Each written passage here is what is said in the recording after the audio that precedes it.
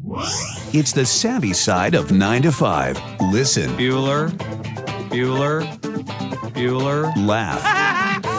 And learn. Negotiation. This is what you do in business. This is the Focus Group with Tim Bennett. Staunch. And John Nash. Keep your clothes looking neat and clean. We're all business. Except when we're not. Hello, and welcome to the Focus Group. Tim Bennett here, as always, with my good friend and co-host, John Nash. We are the Focus Group, and hopefully some of you are enjoying our latest podcast, or our latest addition to the Focus Group family of programming. We have, you're laughing, we have a podcast that comes out every Tuesday morning called the Focus Group Unbuttoned, and if you subscribe to us or find us on Apple Podcasts or iTunes or wherever else you find our audio, it automatically uploads there. And we saw from the numbers this week, it's our second show this week, that a lot of you had downloaded it. So we hope it's a work in progress. We hope you guys like it. It's a deep dive. It's quick, spontaneous deep dive into politics, pop culture, and whatever else crosses our minds. But it's all been politics lately because of the of course, the narrative that we have going on with our El Presidente, that we can't help it. And so that's that. So today is just a random sample with John and I. It's Tim's favorite kind of a show. My favorite kind of show. And somebody, I said on the Facebook, I said, today Tim and John will be doing the random sample. Please join us 1 p.m. East. Da, da, da. So somebody writes, our friend Rosie in Colorado. Yeah. She goes, what's a sample show? What's a sample show? A, now I know you don't listen. B, she has her own radio show out in Telluride on the community radio there, and so she was hoping we were going to talk about Telluride Gay Ski Week. I said we are not unless she calls in. So she might call in to tell us about Telluride Gay Ski Week, which is happening. You just mentioned Telluride Ski Week. I did mention it, but we haven't been for years. We used to go out there. We did a broadcast. We did an actual live broadcast from the base of the mountain out there. That was kind of funny. It was like herding cats to get the guests, and that was a little painful. Well, it's Telluride.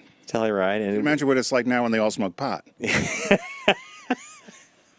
So they look at their watch and the hands are going all different ways. Today's very warm. I tried. So down in Rehoboth, I was in Rehoboth this weekend, and Mark Pipkin and Carl Zorich, hello, they listened on their commute into D.C. They listened to the show. So I'm going to give them a shout out. But they were telling me about my wardrobe, about what I should wear, and I needed to wear a white Oxford with this blue shirt or something. Well, it was too hot today to wear an Oxford, so I wore this little white polo shirt. But it's funny how people have now been, your brother-in-law Steve, Paul and Mass, don't wear that again, get rid of that, don't wear that. I suppose you should be thrilled. So thank you for all the fashion advice. We have costumers and wardrobe folks across the country. You just find a sponsor. Before the excuse used to be, well, we don't want to show clothes. You can't show clothes on audio. Video. Now that we're visual, Brooks Brothers, J. Crew, somebody, right? Want to outfit us? Yeah. To exist? I don't think you'll show your underwear, though. To exist is more than just underwear, though. That we did bathing suits with them. That's right, we did. Do you still have your To Exist bathing suit? I do. It still fits, too. By the way, there was a laugh coming out of the booth. Garrett and John are joining us. We have our fantastic team. What's up, gentlemen? Who was laughing? That was John. Sorry, John was making a joke otherwise. Oh, yeah. Unrelated. Garrett slyly. Otherwise. You boys had bathing suits for the summer? Yeah. Kinda. I mean, the same one I've had for years, you know. Yeah. Yeah, I never really think about it. See, you only think about it when you need it. Yeah. And by the time you need it, it's July, and you go to the store, and the racks have nothing but like the bad suits are left. Or you dig one out of my dresser, which has got dry rot around the edge. The rubber, like the elastic, just disintegrates. Yeah. Yeah. Back in the day. Back in the day, it was, what color's your Speedo? Did you really wear Speedo? Yeah, yes, you did wear Speedo. Out in the pines. Out in the pines, yeah. Not me. I went to visit you. I wore boxers. I think about that now, and when I swam for a few years for fitness, just laps, Speedo made complete sense. You're in a pool. But frankly, I would have much preferred if I went back in time to wear just like a pair of boxer cut bathing, like something more comfortable, like baggy. And were you not comfortable in the Speedo? Yeah, I was comfortable, like but tidy whities. It's basically everybody's parading around in it's the pines, hypersexualized, the whole bit. See, where were we? We were in St. Bart's. We did the nude beach. Yeah, well, we didn't. Didn't we? We did, but we were not. I thought I nude. was nude. No, I don't Maybe that was the day I went on my own.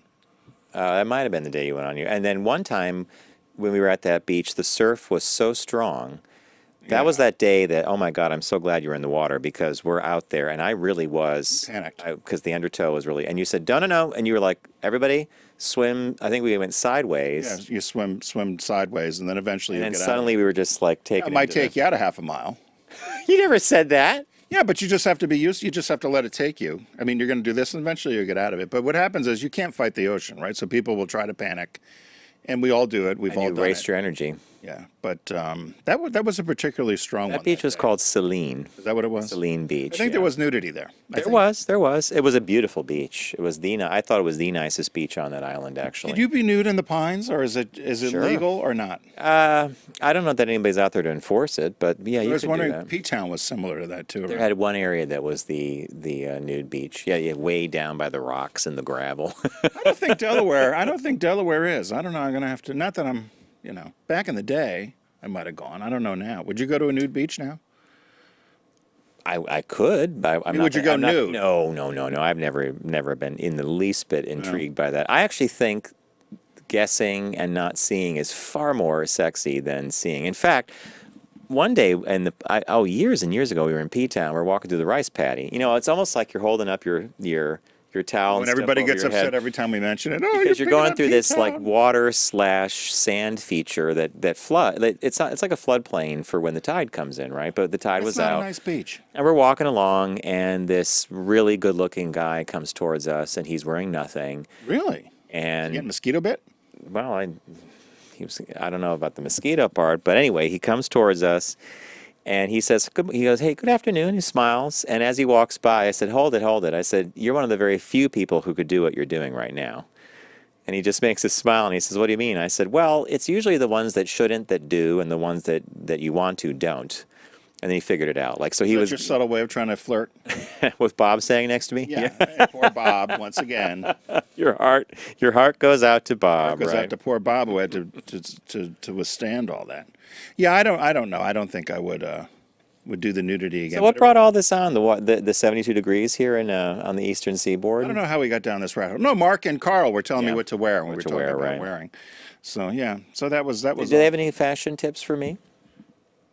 No, All right, well, I didn't ask. Here's how it came up. He said he watched the show last week with the Bare Naked Chef. Yeah. He said, Valentine's Day show. You Red. usually wear red. Why don't you wear red? And I said, you know said what? it. You're You exactly said it. right. I should have worn red. And they teased me about that. And then I said, yeah, I always kind of decide what I'm going to wear. I always do blue. Well, here's what you got to do. You got to wear that blue with white. And they went through the whole shtick. yeah, no, you said it on the show itself. You said, "Oh my God, we're not even wearing red," and I only thought about it when we got to the studio. But there was enough red on the set. There was Well, the pomegranate. There was those there delicious was. cocktails. A couple listeners wanted to know how tall we were. Because apparently when we were in the kitchen, we might have overpowered the chef, the Bare Naked Chef. So John and I were a little over 6'1". I said Yeah. 6'1", 6'2". So, and I don't know how tall he was. Probably 5'9". 9, maybe. Yeah, that's. It's hard to say because I don't really. I noticed it on the video. It could have been a couple things. It could have been the angle of the camera, and in the minute you have it, if the camera goes up at all, that's going to add height. He was very conscientious about how he looked standing between us. I don't Was know if he? you heard all that. No. Yeah. So, because sometimes, and that's when I made the comment about Paul Hogan, the Crocodile Dundee wouldn't let anybody stand next to him because he was so short. I see. Did you think of height at all? Because when he was here, I was just like, oh, it's Adrian. You don't because you're tall, but people who are not tall think about it. Okay. If you're trying to put on a persona, it's like when Ruben wanted to tell anybody he was a sci-fi nerd. Wanted to make, have all that whole shtick that he was. By the way, not just a sci-fi nerd. He's a major Star Wars. Yeah, probably geek. dresses up, does the whole thing, but he didn't want that was off-brand. Dresses up as for him. Obi-Wan Kenobi. Maybe if imagine if he did his show as Darth Vader one day. That would be kind of funny, actually. But I guess that doesn't. Did you do the happen. show as Darth Vader? I would wear a cape and maybe the front part, but not the mask. But yeah, you can maybe do a half Darth Vader. I give you credit. You haven't gone, at least I don't know, that you've gone to these Comic-Con things. No, I have not. Well, they've all graduated. Now they're officially huge, big events like Comic-Con, San Diego Comic. You're talking about the conventions I used So to it's go like to. South by Southwest, it's over, or Sundance. Well, that's right? huge. It's too big to be. But back in the day, and the day being when we were in high school, I guess, late high school, early college. Those are like going to some hotel outside of town, like the Best Western. Tattoo convention. The ballroom was set up, and it was Star Trek or Star Wars, and I dressed up as the Emperor. Or one time I did Kirk, I think. My mom had to make me the jacket. Yeah, you're all unpack that one later, right? I'm not mad at you, but I was wondering this week. I'm not mad at you. Because I'm mad at the dirt. Scrub, Christine, scrub. When I was looking for stories this week, I came across this one, and I thought, again, I can't believe we missed it. So right now, going on in Manhattan is the Toy Fair. Yeah. So how do we get into that? Can we go to that? Toy Fair? Yeah. Do you have to be in the industry, or what's the Normally it's for buyers, and there are ways to get passes for Toy media. Fair there. We should have gone. I would love to go to the Toy Fair. Oh, I would love to as well. We need to pay attention to this date so we know it's around Valentine's jot that Day, down. right? Jot down Toy Fair. Fair would be a good thing for us to go to, don't you think? I think it would be hilarious because I often see articles that come out of Toy Fair, like the 11 best new toys, and then some of them you never hear of again, but some are kind of cool. But it would have been great to have somebody come on from there and talk about the new things, whatever. But I saw that, and I was like, darn, how did that miss our radar? But let's talk off camera about that, because I wonder if there's a database of those kind of shows that come through. Like sure if you could literally look and say, Javits, right? Was it at Javits? Well, in the past, the Toy Fair used to be up on 23rd and Broadway, where Broadway intersects with Fifth Avenue, and it was like this beautiful old white building.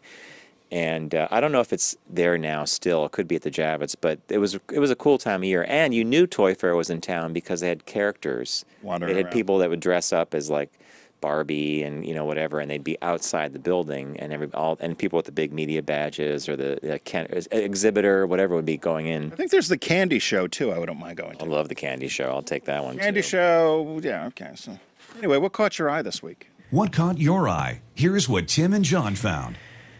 A headline caught my eye, and then as I dove into the story made me a lover of this one. So the headline reads, "Masturbation kills 100 Germans every year. Study discovers bizarre ways people died pleasuring themselves, including a man who tried to melt sliced cheese over himself." So Harold Voss, who's a forensic examiner in Germany, did a study of deaths in the country and found out that about 100 Germans a year die through autoerotic asphyxiation or something, where they basically try to reduce their oxygen flow. Let's hit pause a second. Yeah. So if you're watching on the I video did this feed, for you on I was purpose. going to say, are those pictures with the article, or did you curate those? I did those in your honor because I noticed that sometimes you'll put pictures with articles that are just funny little great accent 'Cause I photos. was the guy in the plastic. Well, he's naked. I cut the picture off, and actually the one in the raincoat in the middle, he actually has an erection as well, and I was actually surprised by the size of it. But anyway, so the study found that 100 Germans die a year through risky masturbation, and here one man wearing pantyhose, a raincoat, which is why I put the guy in the raincoat up there, and a diving suit. Okay, pantyhose, raincoat, diving suit. Sounds like Little Edie's brother. As well as a plastic bag over his head, died in Hamburg after sitting next to a heater and trying to melt slices of cheese on his body. Another man in Hull was found dead with Christmas lights clamped to his nipples, having apparently tried to stimulate himself by electrocution. So, if we go back, now, John, if you go over to the right-hand side, those guys sitting on, I love this picture. Let me tell you why. The boy band. They are wetsuits. Those are what people wear surfing and diving. But the the company who made those wetsuits, They look like suits. they look like you're wearing a suit and tie. Isn't that hilarious? Oh my gosh. I do like those. All right, so forensic examiner Harold Voss said that the most common reason for autoerotic deaths was the desire for the ultimate orgasm through deprivation of oxygen. Between 80 and 100 people across the country accidentally die every year due to risky masturbation. In one example, a man was found suffocated in the cellar of his home in Hesse, having apparently tied chains around his body and neck to weight him down so that when he... Yeah, I know. What is it about the Germans? They love this kinky porn. This, I think, is. I don't think this is just Germany. Well, I know it's not just Germany, but it seems to be. If you were going to say the Europeans, what is the kinkiest fetish country? Come to Berlin. It's- You'd say Germany. Germany. Cases sometimes go unreported because families of victims feel ashamed. And he said that often when first responders get to one of these houses, they know right away what's going on. He said that victims are almost usually always men, since women are more cautious and don't incorporate so many intricacies. Is that a nice way of saying props, right? Women don't have these kind of... Women orgasm differently, don't they? They do. And he said the risks involved in autoerotic activity were underestimated, adding losing consciousness can happen quicker than people think. So the article had a couple more examples. The first responders showed up at a home where this guy had one of those like home gyms set up, and there was a cord running from this pull-up bar to him, and he was kind of, unfortunately, deceased, but hanging at an angle. And there was a glass of water there, and there was a lemon. And the minute the first responders see it, they're like, "Oh, okay, this was not a gym accident. This guy was, That's how Michael Hutchins from NXS died. Seriously? Yeah. Auto asphyxiation. He Really? he had a belt around his neck. I think it was in Australia, and the lead singer of NXS. And some people wanted to say suicide, but they said it was that same sort of thing. I don't know how. Okay, Was that in Business Insider? I mean, where'd you get that? That was in a bunch of papers, and based on something you said a few weeks ago, I now cross-reference these as much as I can. And that same examiner, different facts. Some of the articles were longer, some were shorter, but they were all consistent. And here's the thing I think about: how do you figure this part out? So, like, who tells you that if you kind of try to strangle yourself, how do you look at your face, right? Like, how do you get that insider? Like, on the playground or in high school, did anybody ever take you aside and say, hey, Did he choke you? I'm going to tell you something. If you go home and put a rope around your neck and like, how do people learn that, right? Well, I guess it's similar to how people get into S&M too. Yeah, Do you want to be spanked a little bit or what? So there, that caught my eye. And Before we do mine, Billy from New York is on the line. Billy, what's up? What did you guys have for lunch today? We had an omelet. Oh, okay. Why? Nash, you're forgetting about the elephant in the room. What about the Black Panther? Oh, I haven't seen the movie yet. Did you see it? No, I was holding off. I wanted to hear your review, but, I have heard from multiple friends that it is a must-see, and it's one of their favorite. In fact, a friend of mine said to me, "Did you see Wonder Woman, Billy?" Yeah, I loved it. Okay, so this guy says to me, "I know you liked Wonder Woman and you hate the other." I don't hate him, but I just don't get him. He said it's as good as Wonder Woman, if not better, because it's a self-contained story. The acting is great, and they just said it was a real end-to-end. Their only complaint was that it almost moves too quickly. I could take that, though. That's not a bad one, right? Yeah, 'cause sometimes movies are too The long. Incredibles, but had them all. Passion is for the foolish, my friend. No, it's Edmund, and Friend when the guns... You're going to go see that movie? I'm going to definitely see Black Panther, yeah. I won't. I won't. No, come on, Tim. It's not science. Well, what is it? I hate superheroes, too. I mean, if you were to tie me up and make me watch a documentary on making cheese or Star Wars or a superhero movie, I'd watch the cheese making documentary. I'm taking you to Berlin then. That's why it works, Billy. Well, you'll have to go see it too, because John will let us know when he sees the movie, and then tomorrow looks like it's going to be El Crapo weather day, and today I've been out on the motorcycle, so I guess tomorrow would be a movie day. Oh, Billy, what a perfect day. I know up by you it's probably 70 right now. Yes, it's delicious. Yeah, it's enjoy it because we're back down into the 40s and 50s in the muddy February weather. But I shall let you continue your rambling samples of porn. Randomness. Thank you, Billy, and I'll let you know that I like the movie. All right, cheers. All right, Billy. bye-bye. Speaking of cross-referencing, I cross-referenced this one 3 or 4 times because I just couldn't believe the headline. It says, Alabama man 52 attacks roommate over stale Captain Crunch cereal. cops say. I was inspired by this panel, by the way. You're random. Like, there's a charger, some guy taking his There's teeth a charger, out. Okay. there's a bowl of Captain Crunch, there's a Captain Crunch box, and the guys that removed his dentures. So I have to read it because of course. Doesn't do it justice. So it says, an Alabama man is in a little bit of trouble with the law after an incident of a torn cereal bag escalated into full-on assault. The Alabama man allegedly beat his roommate after discovering that the victim had failed to properly seal the box of Captain Crunch cereal, which made it go stale. Does Captain Crunch really go stale? Well, I was going to say, now, when I was a little kid, I loved Captain Crunch, but if, you eat it right away, it used to cut your mouth as a little kid, and you had to let it soak, but you didn't want it to soak too much because then it got pasty and sticky. That's the So it was the right amount. Yeah. So, the milk, right. He says the man allegedly beat his roommate with a laptop cord. After he tore the bag of Captain Crunch open and didn't seal it properly to keep it fresh. So I wondered, when I was looking for a laptop cord, I didn't figure he'd have a Mac. Do you? Or an iMac. Now, why would you figure that he wouldn't? Because when I saw this, it said he beat him with a laptop cord. I'm like, oh, let me take my white cord off my MacBook Air and hit you. MagSafe cord, yeah, nail you, right. Because, as I read further, so the man was accused of assault, and because he said it was too difficult to eat the cereal without his teeth. So Dwayne Barry, 52, Dwayne Barry Smith, was arrested Friday for domestic violence following the confrontation with the man right outside of Tuscaloosa, who he shares his apartment with. According to police... John goes right into the teeth coming out. According to police, the victim said that Smith became upset when discovering the stale cereal and blamed it on him for not sealing the box properly.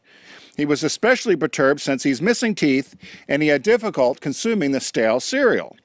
So at that point, Smith demanded that the roommate remove his dentures so he could experience how hard it was to consume the Captain Crunch. When the man refused to remove his dentures, Smith allegedly grabbed the laptop cord and started beating him. Oh, my God. So the roommate suffered injuries to his face, his hands, and his arms. When the police came, they arrested him on a misdemeanor account, and he was in custody at the Hale County Jail. I don't know if he's been released. They said that he's going to be charged with domestic violence and assault. So the evidence bag was the box of Captain Crunch, a laptop thing, and a piece of... laptop cord, and they said he could get a 1 month to a year if he's convicted. Where did you find that? So... Is that News of the World or The Onion, or like it's real, right? You so it was a cross-reference smoking this? gun. Somebody had sent it to me, and then I thought, oh, this can't be real. I laughed, ha ha ha. There was a box of Captain Crunch. So then I started Googling it, and in fact, it came up on ABC, Fox News, CBS. Everybody covered it. Oh my God. Captain Crunch, dentures, and a laptop cord. People dying of masturbation in Germany. This is going to be one of the top 10 of the year. I'm saying that right now. Masturbation in Germany and beat with your Captain Crunch in the United States. With your Dell PC cord. I'm trying to think what computer it might have been. I'm trying to think of one that I might have seen at Costco or something like Lenovo. So they're roommates in Tuscaloosa, no teeth, Captain Crunch, 52. It was probably a gateway. Nicely done. I know, gateways. Hey, wait, didn't they have the box with the cow? Yeah. Yeah. What happened to them?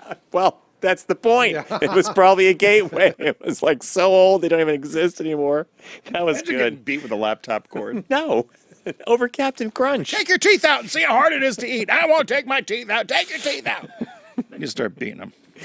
All right, business birthday. Everyone does celebrity birthday greetings, but the Focus Group is the only show in the universe that celebrates business birthdays. Now, today's February, March 21st. We've been doing these birthdays for, 8 years, 10 years? Is this another new one? It's going to be a new one because today David Geffen was born. We've done David. We've done Geffen enough. Yeah. Not that way, but... Some people who have late-night shows have done Geffen enough. Late. We'll leave that there. So the business birthday today is a guy named Randolph David Randy Lerner. He was born February 21st, 1962. Happy 56th birthday. He's an American billionaire. Have you ever heard of him? No, but I think that you put up there is the bank that... MBNA. So he's an American billionaire, investor and sports team owner. He became the majority owner of the American football team, the Cleveland Browns, upon the death of his father, Alfred Al Lerner, in October '02.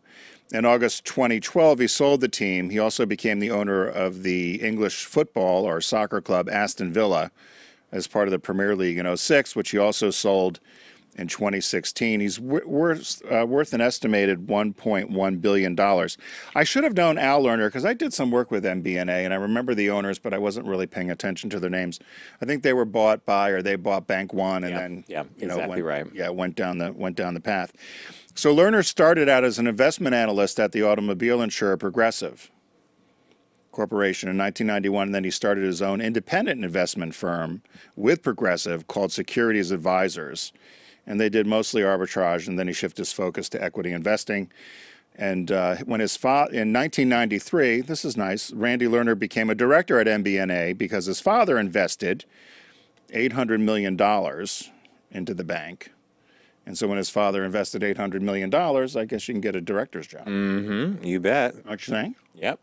So he got the job from Dad, and then obviously his dad died, and he got involved in football and soccer clubs. It doesn't say much of what he's going on now or what's going on now.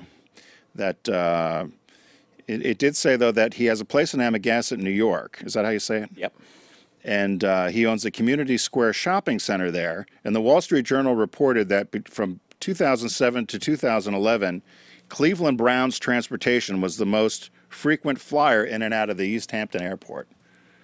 I would have thought it'd be something else. That's a lot of flying. It is a lot of flying, yeah, especially to East Hampton. I mean, you could go for the Cleveland Browns. Yeah. So that's the business birthday, Rudolph David Randy Lerner. It doesn't say whether he's still involved in banking, but when you got $1.1 billion, do you need to be? Well, you're kind of your own bank, so he's still kind of in banking because when you got that kind of money, you're in there, yeah. I know. Hey, everybody. As you know, we're one of our partners here in the Focus Group is Deep Discount. Be sure to go to focusgroupradio.com and click on the Deep Discount logo and start shopping away for some great videos and music and books and all sorts of merchandise. And right now for February, there's a special going on for Focus Group listeners. If you check out and load up your, load up your shopping cart. Fill your cart. Fill your cart. There you go. And if you, when you check out, if you type in the code FG15, you'll get 15% off of your entire purchase. It includes everything except the games, game consoles, and accessories. And again, but you got to go through focusgroupradio.com, click on the Deep Discount logo, and then start shopping, hit an FG15. What did you pick this week, Mr. So the sale, we're allowed to they have a lot of sales going on, and the sale that I wanted to highlight was originals, remakes, and sequels. And I was going through, I love going through the pages, you know, as it loads up, and I'm looking, and I'm pretty visual about it. I'm looking for like a movie poster or like an identifiable image. You judge a movie by its box cover. I definitely judge books and movies by their cover sometimes. So I get to like page 2 or 3 of the sequel, ultimate, you know, originals, remakes, and sequels page sale. And then I see something that immediately made me smile. And that's one of the reasons I love shopping at Deep Discount. So it's called the Ultimate Flint Collection. Move over James Bond and step aside Austin Powers as an even groovier super spy, and his name is Derek Flint. Now, in the late 60s, early 70s, probably the early 70s, James Coburn brought to life a character called Flint, and he was kind of a James Bond type of spy. And he had 2 movies called Our Man Flint and In Like Flint, and there was a TV movie called Our Man Flint Dead on Target. But the minute I saw this, I had a memory of how the president in the movie used to call Flint on this special phone, and I found this little video, and it's the sound that I just can never forget this sound. So John's going to cue it up for us. So this is from the movie, and this is how the president would try to reach the Soviet Union, our top spy. Yeah. I played that for Bob, and Bob just stands there, and he goes, "I've heard that before." And it's one of those things where if you know the movies, Our Man Flint and In Like Flint, you'll know what that phone sound is. So this is a great collection to get, and if you get it for 15% off in February, I would say why not? Because you can't stream it and you can't find it online. See, when you said the Ultimate Flint Collection, and probably Garrett and John will understand me, I thought maybe it was about Hustler. Larry Flint? Larry Flint. I was all excited. Yeah. Now I find it's a little. And what'd you pick from the? I picked something that I picked before, but I only did it because it's changed. Because, as you said, it's It's remakes and sequels and originals. So the Planet Earth gift set on DVD, and it's dirt cheap. It's $16.94. I love how Really? they pick the pricing. And it's the best-selling factual series of all time. I didn't know this. And it's now even better. Planet Earth, it took the world by storm when it first came out. This particular new set that they've updated came out the end of November in 2016. It won four Emmy Awards. And it's now available with all new commentary, new bonus programs, and so you can relive a lot of the great footage. I call it visual porn from Mother Nature, or from Mother Nature. You love this stuff. The cinematography is unbelievable, and as I've said before, I'll put it on with the sound off and just have some great music in the house to see the visual.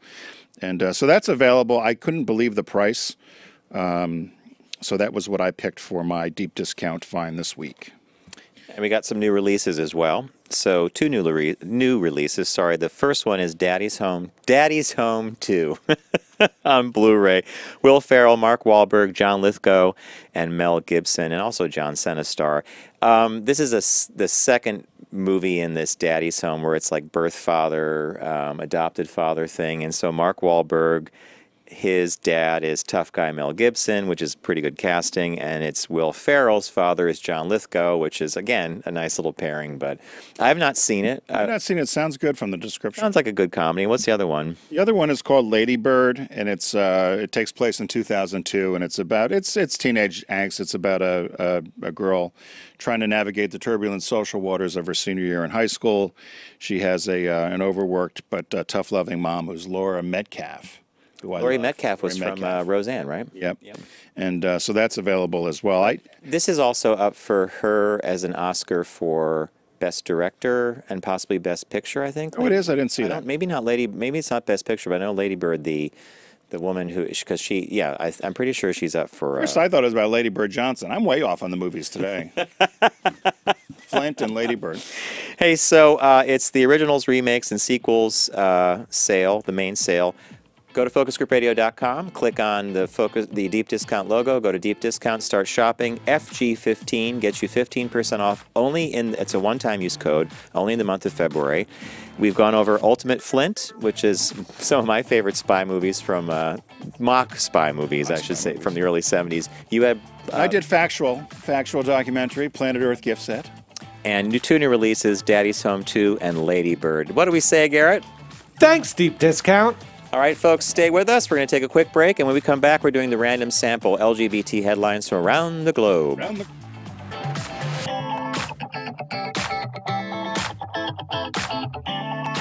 Brought to you by Volkswagen. Visit VW.com to learn more.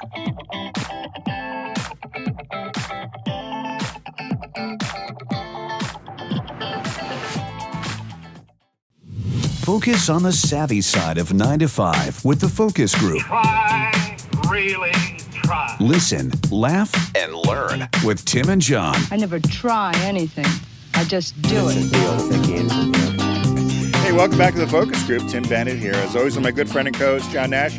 Be sure to head over to focusgroupradio.com and find all the platforms where we're available by audio and video, as well as our newest podcast, which is called the Focus Group Unbuttoned, which comes out every Tuesday. And it's more immediate and has a little more of a political bent to it right now. So be sure to join us there. And it's only 18 minutes long, which is something that a lot of listeners had asked for, something a little shorter for those smaller dose. You know, before the top of the show, I forgot to ask you, have you been watching any of the Olympics? Yes. I miss the old Soviet Union Cold War Olympics. I used to like when I had somebody I could root for. And somebody you could not. And if we weren't in something, you picked a NATO country or a European country that was anti-Soviet. Yeah. I'm a little confused. I think it's as fun. We watched bobsled, skeleton. What is that? That single man skeleton, and that guy from upstate New York is now like local hero. He deserved to win. And then we saw some of the figure skating stuff, and like last night was the women's. Some of the beginning events, and our team, a lot of falls, a lot of stumbles. Yeah, we don't seem to be as good as we used to be. I think figure skating, obviously, and some of the skiing and the acrobats or something, but you and I could probably get on the Olympic team. I'm thinking about that sled or something. You got to run 10 feet and jump on a sled. We all tobogganed. Yeah. Yeah, I guess they make Need it look 4 that people. simple. Are you guys up for it? Would you want to do a bobsled team? Definitely. The focus group bobsled team. I wonder, like, I was watching How tough could it be? How tough can it be? You run 10 feet and then just slide And then down you the hill. slide down an ice Yeah. tube. But you just got to stay on. Yeah, but all of it's all in the getting that thing moving. It's Right. that first 10 feet. initial burst of energy. Go. They have little crampons on their shoes that dig into the ice, and Anyone can run 10 feet. Anyway. I mean, we're not going to break the record, but we get down the hill. you get down the hill exactly. We Okay. play- Pick a at country least. like Botswana or some. We'll pick some African country that doesn't There have a you go. bobsled team, and we'll represent. Did you see that Botswana. lady that did the skiing half pipe? Oh yeah. For Hungary or whatever, she just picked a country and she just went down, up and down, no tricks or anything. Yeah. But she was in the Olympics. She got to There you march go. in. She Yeah. got to march in. She got the outfit. Yeah. Garrett, I did read about that, and I Yes. saw part of that, and I just thought, oh my God, how perfect. She got on a team, right? I have no problem with it. So this is the part of the show that we call the random sample. We're already way off the tracks. However, John and I each picked 3 stories that happened either around the USA or around the globe, which are LGBT focused. So, John, you want to start us off? Well, we were talking about the Olympics, so this is a perfect kickoff for my first story, and it's about something called the Pride House. So Pride House is an international organization, a Scottish charity that was formed as an LGBT coalition of sports and human rights groups, and they will have a house or like an event space at the Olympics, usually off property, they say. But this is one of the first years where the Pride House was being hosted on the official grounds of the Olympics, and it's being hosted by none other than Canada. Oh, is Justin there? It's not the only Pride House in South Korea, but it's the first in the world to be embraced by a National Olympic Committee alongside poutine. Is that cheese in the... Along poutine and beer, Canada Olympic House offers a message of inclusion and gender diversity by hosting a space for LGBTQ fans, athletes, and friends.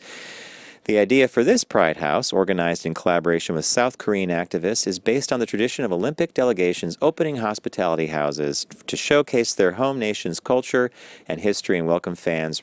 Rather than focusing on a particular nationality or team, the Pride House welcomes all. Of course, pride in Koreans, translate to happy. Happy house. Happy House, yeah. Got a happy house. Well, the want a happy house. article snaked and went into the weeds on how they're not that big on gay marriage and they're not the most. But South Koreans? yeah, and I just thought, well, we're talking about the thing. As for Team Canada, they are saying very clearly we support this mission. Canada's Hospitality House, created out of a gate ball clubhouse. Now, gate ball is similar to cricket. So I guess the ball sits on those two things. Has a ski lodge vibe. It offers lounge chairs, fire pits, and table hockey games. So I like that idea. When we visited, a capacity crowd had gathered in a public area inside to watch Team Canada play and defeat the U.S. women's hockey team. Yeah. Until now, every Pride House has been held outside of the official bubble that surrounds mammoth events such as the Olympics, World Cups, and other events. But this time, Team Canada offered to host it within its Canada House in Gwangyong, site of the flat ice events at the Pyeongchang Games. Hey, bro. So that was my first one, and that's for you, that last one. Hans Prick. Oh, no, you're busting my bars. You got to watch Team America. Go get it at deep discount.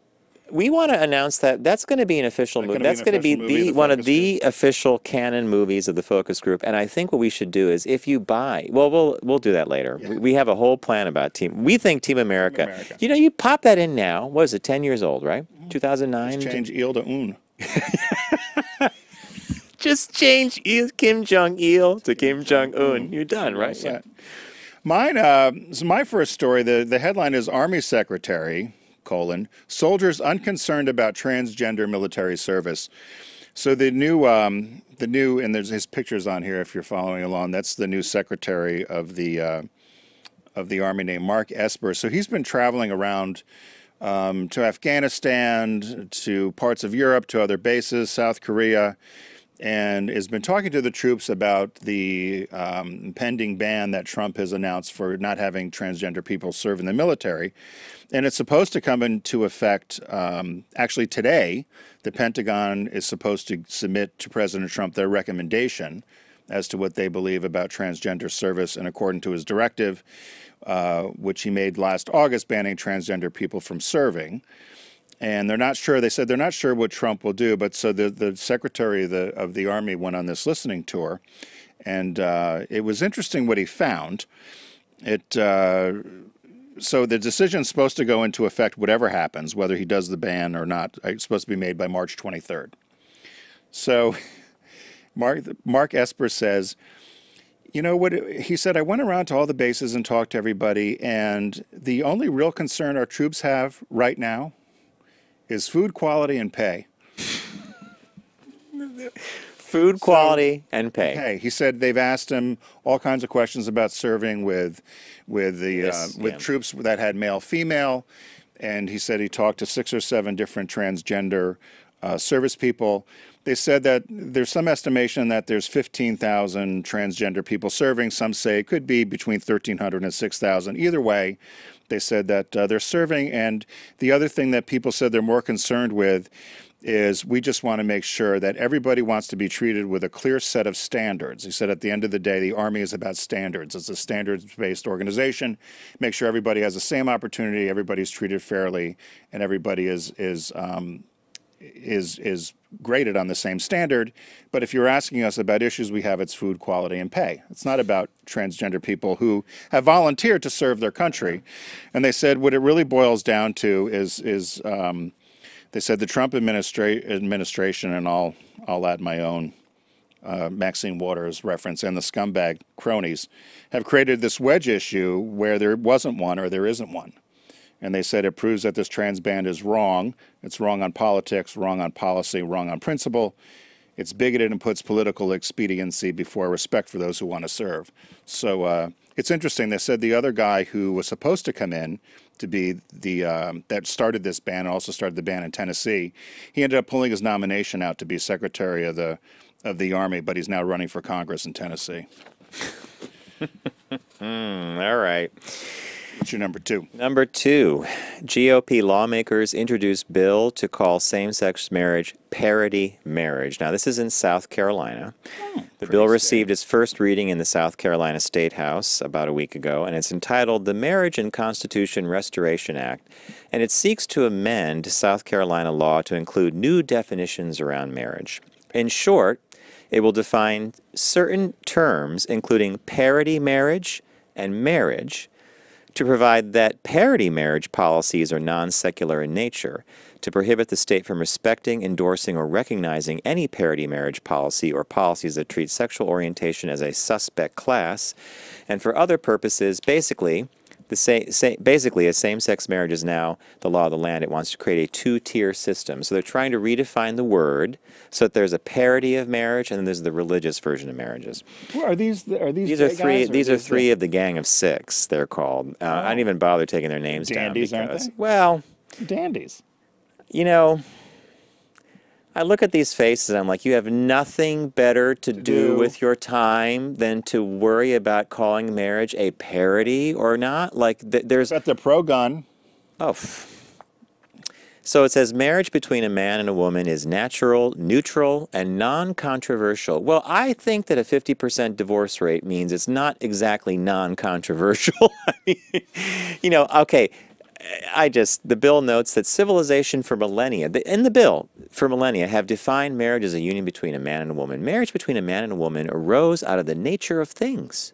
This is what they write. Out of the nature of things. And marriage between a man and a woman is natural, neutral, and non-controversial, unlike parity forms of nature, right? It goes on to claim the following about the Obergefell, Obergefell and Hodges case, which is what the Supreme Court decided gay marriage on.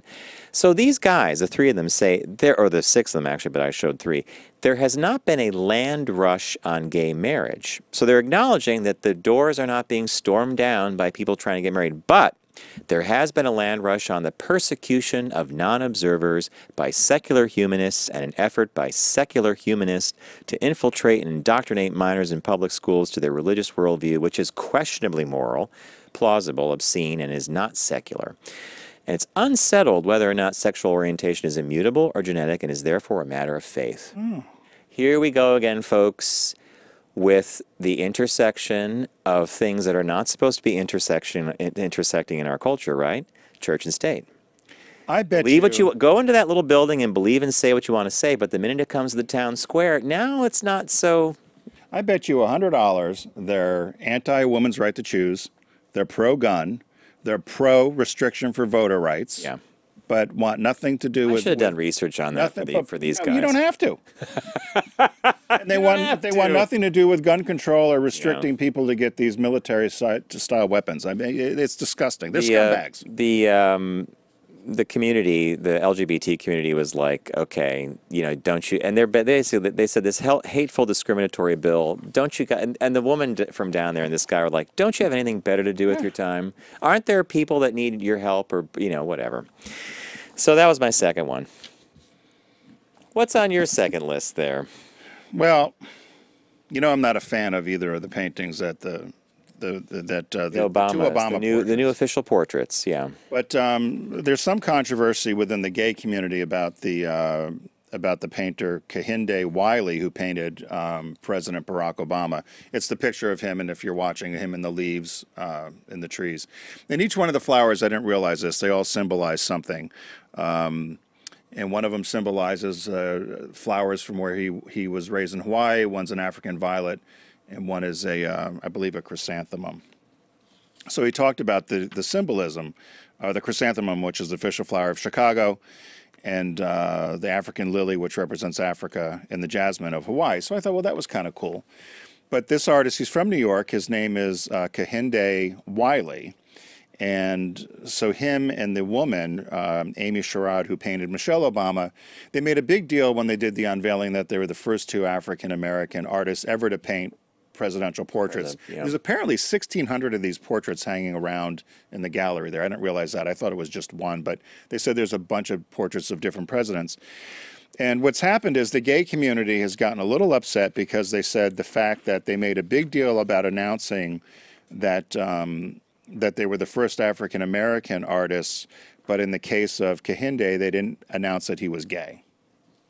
This is news to me. I mean, I might have guessed it from the suit. It's a little flamboyant. And so the critique was, they said George M. Johnson, who's writing for Giro or Grio, G-R-I-O, says that Wiley's sexuality is an important part of this portrait story. News coverage on Monday's unveiling noted that he was the first black artist to paint a presidential portrait, but it erases his queer identity. Although many see this as a small part or some gay agenda, it is neither. Black queer people have been historically faced with an erasure of their identity in order to be accepted in black spaces and spaces at large. He said his sexuality is an important part of the narrative as much as his being black is. And I was curious about that. Do you think that should have been part of the story? They said at first blush, I'm going to say no, because it was about Michelle and Barack Obama. It's their official portrait unveiling. I think knowing that about the artist is cool and its backstory, but I'm not sure that had to be front and center because it's about them. And I was thinking about that if there was someone who sang the national anthem at an inauguration, and whether the singer was black, white, or whatever, would you say, oh, it's the first time a female sang? I don't know. I was trying to, people were kind of on the fence by it. I didn't know what I thought about it. Is it, if you're an African-American who's black who always feels they were marginalized and you want visibility, yes, I could understand that. But I didn't know if this was the place for them to, not only is he the first African-American to paint, but the first gay African-American to paint a portrait. No one was there. They weren't hiding it. They weren't hiding it, but they said that it was, for people who knew him and knew his work, that it was an obvious slight kind of whitewashing. Interesting. No pun intended. Okay. Anyway, I thought that was interesting because I had no idea. I had no idea either. And not that I even thought about it, to be honest with you. No, you were fixated more on the final product. Looking at the work. On what the portrait looked like, yeah. What is your third story? All right, my third story, my last story for Random Sample, actually circles back in a weird way to what you were talking about in your story with the Secretary of the Army traveling amongst the bases and finding out what the service members were top of their heap. So the Trump administration wants to keep secret the details of how it reached the decision to reinstate the ban on military service by transgender people, and that happened last July when he did the tweet. Justice Department lawyer argued this week. So just to recap this, there are about 3 or 4 lawsuits against the transgender ban that will, in fact, impede it from going into effect. They all have to be cleared out before it happens. And in one of the cases brought by BuzzFeed, I think it's BuzzFeed is one of the defendants, the Justice Department lawyer argued this week in one of the lawsuits challenging the ban that executive privilege means the administration doesn't have to turn over the information about how they reached a decision. But U.S. District Judge Colleen Kohler-Cotelli, who is hearing the suit, says that privilege isn't absolute. The Justice Department doesn't want to reveal certain information regarding meetings or conversations the president had before his tweet last July announcing reinstatement of the ban. Donald Trump tweeted that he'd reached the decision after consultation with my generals and other military experts. So the minute he said that, they became, when he says, I reached this decision with these people, they became part of the process. Generals. Yeah, my general. Yeah, thank you. You're right. My generals. We were talking about him at lunch, the king, right? So the judge has had multiple calls with the different attorneys, and the Justice Department refuses to budge on this. And her take is that executive privilege may or may not be in play here, but she needs to have all the facts about how he arrived at this before she could let this case go forward. And so it's all stalled out. The Justice Department lawyers are stonewalling. They refuse to give her the information. She's now doing multiple conference calls. I didn't know that judges do that. They'll actually not have a court hearing, but they'll do a hearing by phone or like a conference call, yeah. And on the last one, she said to them, you're not making this any easier, and you really do need to provide these documents. Even if no one else sees them but me, I need to be able to know how this decision was arrived at. So long story short, with multiple courts in the federal system hearing multiple cases, it's highly unlikely that even if Trump decides, or if the Pentagon said, okay, you can do this, that they can do it, because there's going to be all these legal challenges against it. Again, a phenomenal waste of time and resources. Money, resources, energy, bigoted, racist, yep, blah, blah, blah. Waste of time. My third one kind of circles back to whether this artist should have been identified as gay or not, really? I guess. So the headline is a bill for school curriculum. A bill is introduced for school curriculum including LGBTQ history. And this came from the Windy City Times in Chicago. And there's a group of educators that want to put, it's called the Inclusive Curriculum Bill, SB 3249. And essentially, it's a bill to the Illinois school system. Illinois prides itself on being the most progressive of the Midwest states. And they said that they've, over the years, they've had inclusive history that benefited African-American history, marginalized groups, people with disabilities, women. And they think they want to add, or not they think, they want to add LGBTQ history into the fold of what kids learn. And they said they thought, when they've looked at a number of studies, that when you do actually expose people, and they said whether you're an LGBTQ person and you see yourself in some of the history, and or you're non, and then you find out one of your classmates or peers might be LGBT, that it helps create the gap. They said between 75% acceptance where they have schools where they do teach it versus under 40% at schools where they don't teach it, and kids end up being bullied and don't have good outcomes. It's interesting because Michelangelo Signorelli had talked about this before as kind of the next horizon for us, I guess, in terms of the civil rights movement for LGBT people, of saying we need to get it into the classroom a little bit. Obviously, it's going to be fraught with all kinds of issues. They said they know it's not going to be easy to get through. And they gave a couple of examples of people that they thought, for instance, if you knew were LGBT, they said the nation's first gay rights organization, the Society for Human Rights, was formed in 1924 in Chicago by somebody from Illinois named Jane Addams. They said also that the organizer of the 1963 March on Washington was a civil rights activist, Bayard Rustin, who his picture was up there early. Sally Ride, the first U.S. woman in space, was a lesbian. And then I picked one because in Philadelphia this goes on all the time. Friedrich Wilhelm August Heinrich Ferdinand Steuben, or otherwise known as Baron von Steuben. He was George Washington's chief. He really was credited with developing our army and developing all the strategy and everything against the British. And it says George Washington brought him over because homosexuality was criminalized at the time in Europe. And he knew that he had these relationships based on correspondence that they had, and that he wanted von Steuben to come over. And apparently von Steuben came over to the United States, brought his 17-year-old secretary, Peter, Stephen Dupont Show, rumored to be his lover. At Valley Forge, he also had a close relationship with Benjamin Walker and William North, both military officers in their 20s. Now, I Googled these guys. They're real dandies when you go look at them, if you were going to do gay face or not. And assumed to have been romantic with them, and said because homosexuality was criminalized, he adopted them as his heirs, and also brought in another one, John Mulligan, who was also considered one of his sons and inherited his vast library collection of maps and cash. So I thought they should have changed his name to von Steuben instead of von Steuben. Von Steuben. But so they're trying to they're trying to include positive representation. Positive representations of LGBT people. My only thought on that whole thing was, I remember in elementary school and high school, we never got past the Civil War, really. I mean, when you think about a school year when you were studying history, how far did you get? Well, we got all the World War I, World War II. Not really. It was all brushed over. You spent a lot of time in the Revolutionary War, a lot of times the colonies, slavery. You're talking about like middle school, or you never got too far. All of a sudden, it was, May was coming. It was too nice. You wanted to be outside, and you were touching on Vietnam a little bit, and then you moved on. So I was trying to figure out if you're going to add. I'm going to add women. I'm going to add people with disabilities. I'm going to add marginalized groups. I'm going to add LGBT. You know how long it's going to be? You could spend a whole week on von Steuben. Well, apparently, and the dandies that then who are you going to? You're going to cut out Ben Franklin? You're going to cut out, Benedict? Or what are you going to do? Did you chop down that cherry tree? Yeah. Well, there you go. Does it matter that Sally Ride was a lesbian? She was, no. I don't think it should matter, but it's interesting to know. Good to know. Yeah, it's good to know. So beyond just saying she was a lesbian, do you think you need to teach it? I guess that's the question.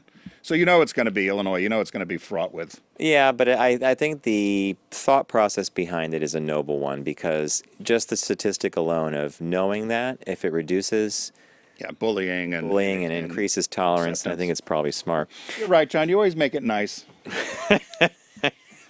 You're right, John. You always make it nice. I don't. Well, the ball peen hammer. Take them out. John, it'd be really a nice thing. Nice. All right, we're going to take a quick break. When we come back, we have a quick shop talk. It's a big topic, actually, but we're going to handle it. We'll do it in 30 seconds. Deftly. We'll handle it deftly. So we'll be right back.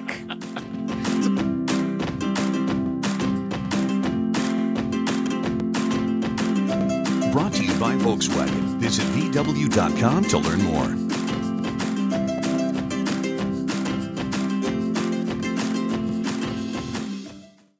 Focus on the savvy side of 9 to 5 with the Focus Group. And in business a week, I got more money and I know what to do with. Listen, laugh, and learn with Tim and John. Herrera Rocher. He is doing well. Nasty. John's got a new guest for us next week. Stay tuned. Anyway, hey, welcome back to the Focus Group. We hope you enjoyed the random sample. We try to do that once a month and give headlines of LGBT news around the country. And we source local newspapers and digital feeds and so forth. So thanks for paying attention to that. This little quick shop talk here, I had found this study had been released at the end of January, but it was actually conducted in November. And the headline is, GLAAD unveils study with Harris poll showing an alarming erosion of LGBTQ acceptance. I'm a little tired of all the letters. I'm going to agree with you on that one, but you and I came up in a different... I know. So, but I always say LGBT. I don't mean anything about not adding the Q or the I or the A or anything, but... Yeah. Anyway, so that was the study. And John, what was your...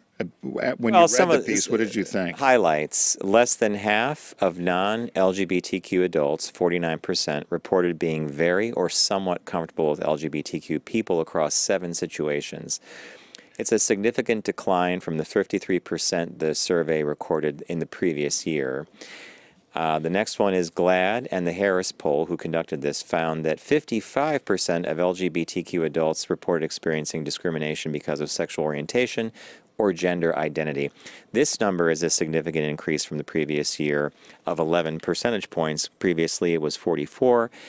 And last big takeaway, and there's many in the study, but these are the big 3. There was a decline in non-LGBTQ adults' comfortability around LGBTQ people, particularly in more personal situations. So an example would be learning a family member is LGBTQ, 30% versus 27 the previous year. Having their child's teacher be LGBTQ, 31 versus 28.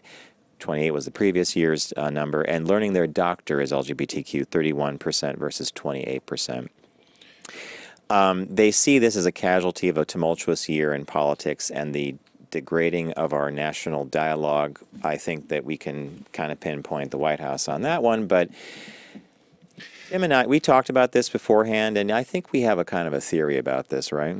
Well, we had two different theories, and for those of you who don't know, GLAAD is the acronym. I'll probably get it wrong, but it's the Gay and Lesbian Against Anti-Defamation or Anti-Defamation. So it's essentially against bad portrayals in the media portrayals of LGBTQ people. They've done a great job of getting straight celebrities and allies on board. I'm not so sure GLAAD's done a great job with the LGBT community, quite honestly. But I was curious about this study because their whole point was that they're blaming the current political environment on coarser dialogue. Right, on the dialogue, and maybe people feel more emboldened to say what they really feel. I looked at it, I think you and I looked at it two different ways. You gave one point of view, which I didn't think about. My point of view was, I wonder if it's just, there seems to be a higher incidence or a higher propensity of people to say they feel like they're being discriminated against or noticed more because people are more open about talking about themselves being gay or lesbian, or the Me Too movement has made people come forward to say, you know, so in reporting this, you'd have more reporting. So is it now more people are out of the closet, or is it in fact really more reporting or more instances of it happening? Your opinion was different than mine. But I think it dovetails into what you're saying, actually, now that I hear you state that. My thought was that given what we know about the past election and how people did not truthfully answer pollsters when asked about candidates they were going to vote for, regardless of what the reason was, they were, who knows what the reason is.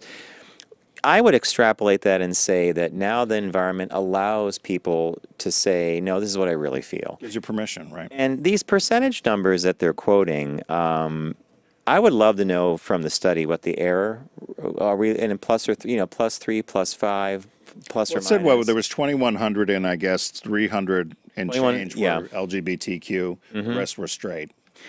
And it was conducted online, which is another, I guess that gives a level of anonymity and truthfulness to answers, because you could actually say, you know, you just click a box or something. I just think it, you know, it proves that old adage that we all learned as kids: 2 steps forward, 1 step back, right?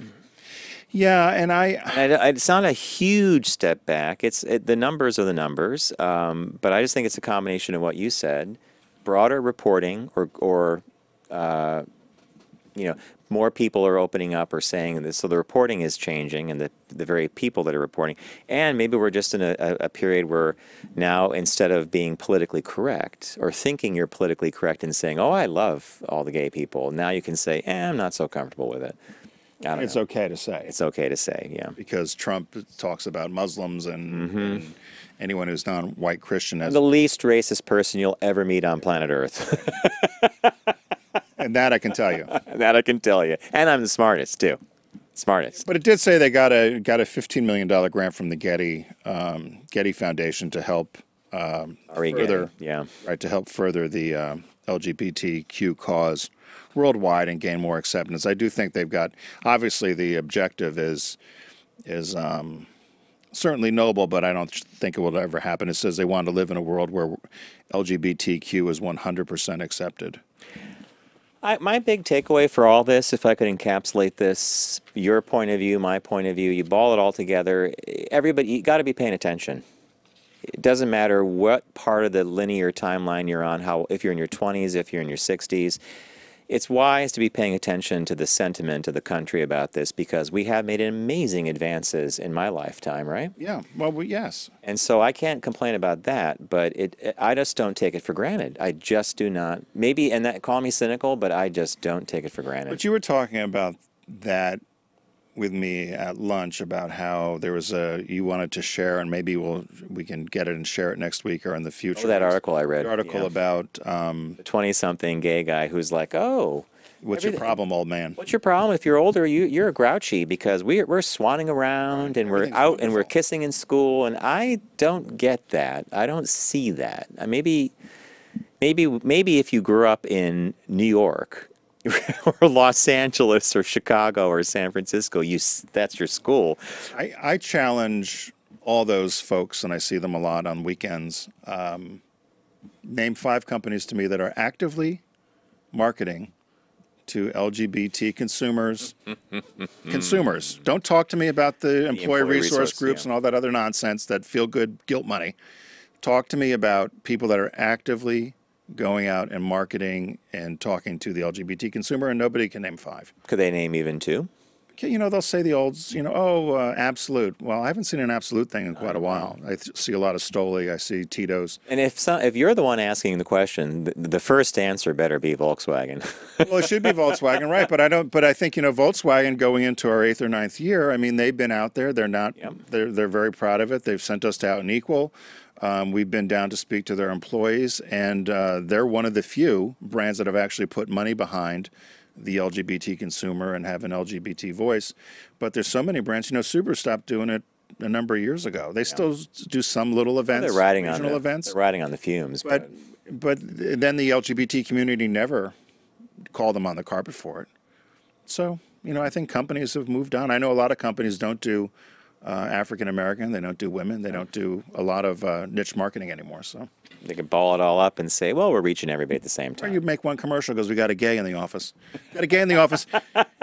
We can run the ad. All right, we're going to wrap it up. We want to, Tim, thank you. Thank you, John and Garrett, for all your help. We love you guys. Our show is possible because they're on the ball. They're probably They're probably more on the ball. Yeah, maybe it's a bathing suit. Speedo show? Speedo show. Let's do it. I'm in. We're going to have you boys sit right out here with us, you young bucks. And then John will have a Speedo and the flannel shirt on. You want that wetsuit. You want the wetsuit one. I like that. I'm not going to do the wetsuit thing. So thank you to Deep Discount. Visit focusgroupradio.com, click on the Deep Discount logo, start saving, and for the month of February, one-time use-only coupon FG15, 15% off your entire order. And of course, a very big thank you to Volkswagen Group of America. Visit VW.com, check out all the new models, all the new sales. I just saw some video footage of the Arteon. Arteon. It's a handsome car, and apparently it's a very powerful car too. Is it right? Sexy. It replaces the CC. And CC was a nice sedan. So, join us next week, and remember, don't text and drive, arrive alive. Look at you with authority. Authority.